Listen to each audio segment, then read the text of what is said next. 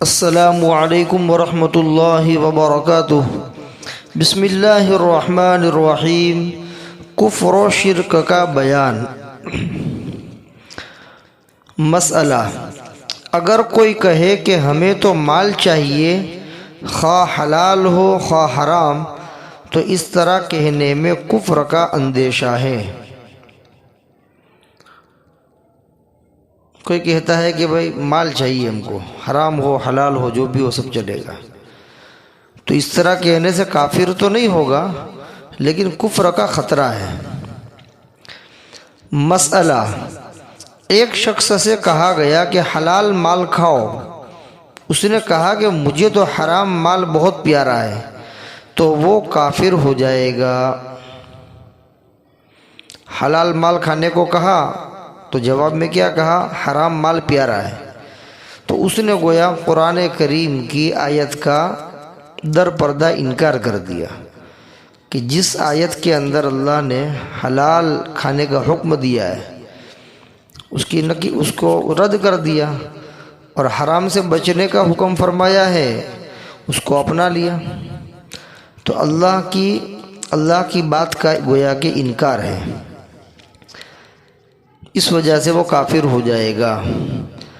مسئلہ: کسی نے ایک شخص سے کہا کہ حلال کھایا کرو، جواب میں اس نے کہا کہ مجھے تو حرام چاہیے، تو وہ کافر ہو گیا۔ یہ بھی اسی طرح کا مسئلہ ہے۔ کفریہ الفاظ اور ان کے احکامات، صفحہ 68۔ مسئلہ: اگر کسی نے کہا کہ شراب کی حرمت قرآن سے ثابت نہیں ہوتی، تو وہ کافر ہو جائے گا۔ کفریہ الفاظ اور ان کے احکامات، صفحہ 69۔ کسی نے کہا کہ شراب کا حرام ہونا قرآن سے ثابت نہیں ہے، تو کافر ہو جائے گا، اس لیے کہ شراب کی حرمت قرآن کے اندر ثابت ہے۔ شراب کا حرام ہونا یہ قرآن سے ثابت ہے۔ اب شراب کی حرمت کا انکار کرنا یہ گویا قرآن کی آیت کا انکار کرنا ہوا، اور قرآن کی آیت کا انکار کرنے والا کافر ہو جاتا ہے۔ لہذا جو آدمی اس طرح کہے گا کہ شراب کی حرمت قرآن سے ثابت نہیں ہوتی، وہ بھی کافر ہو جائے گا۔ مسئلہ: ایک شخص نے سبحان اللہ کہا، دوسرے نے کہا کہ تو نے سبحان اللہ کی رونق ختم کر دی، یا کہا کہ تو نے اس کی کھال ادھیڑ دی، تو کافر ہو جائے گا۔ اس میں سبحان اللہ کا مذاق ہے، اس کی توہین ہے، اس لیے کافر ہوگا۔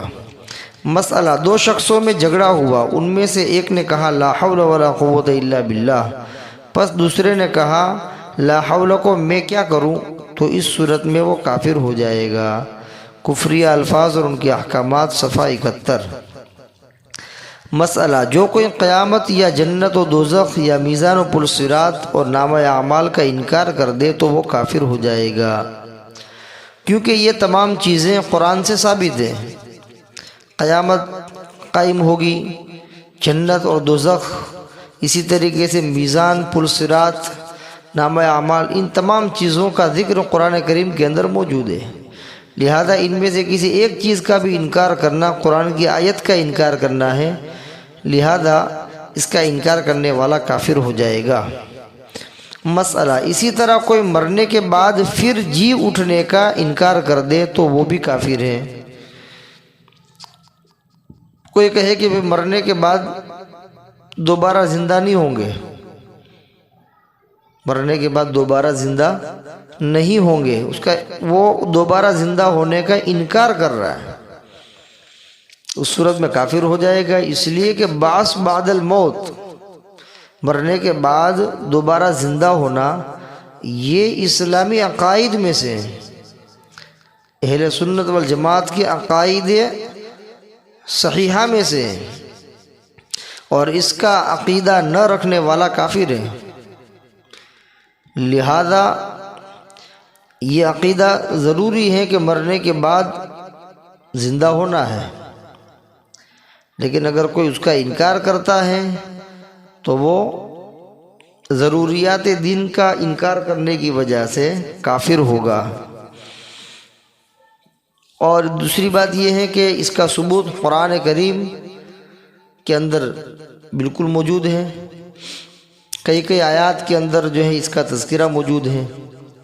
اس وجہ سے بعث بعد الموت کا انکار کرنا گویا کہ قرآن کریم کی آیت کا انکار کرنا ہے، جو سراسر کفر ہے۔ مسئلہ، ایک شخص نے دوسرے سے کہا کہ گناہ نہ کرو اس لیے کہ ایک دوسری دنیا بھی ہے جہاں حساب و کتاب ہوگا۔ اس نے جواب دیا کہ اس دنیا کی کس کو خبر ہے، تو کافر ہو جائے گا، کیونکہ اس صورت میں اس نے قیامت کا انکار کیا ہے۔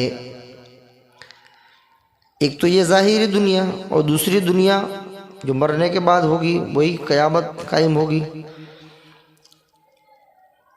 تو یہ جواب میں یوں کہہ رہا ہے کہ وہ اس دوسری دنیا کی کس کو خبر ہے، تو گویا وہ قیامت کا انکار کر رہا ہے، آخرت والی زندگی کا انکار کر رہا ہے، اس وجہ سے کافر ہوگا۔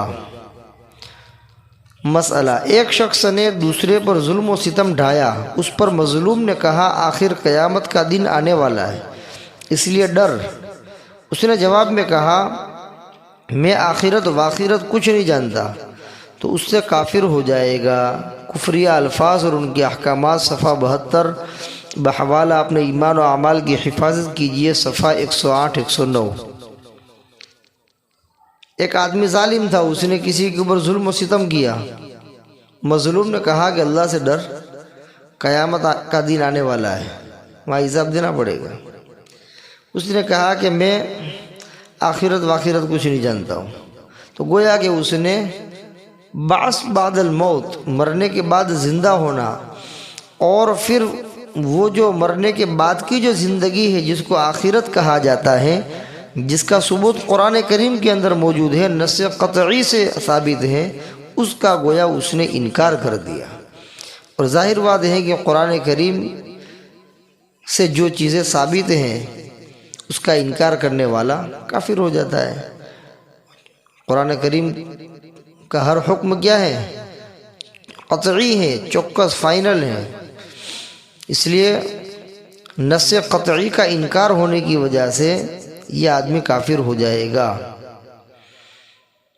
اللہ تبارک و تعالیٰ اس طرح کی واہی تباہی باتوں سے ہمارے حفاظت فرمائے، اور اعمال صالحہ کی توفیق عطا فرمائے، اور کلمات کفر و شرک سے پوری امت مسلمہ کی حفاظت فرمائے۔ وما علینا الا البلاغ۔ السلام علیکم ورحمۃ اللہ وبرکاتہ۔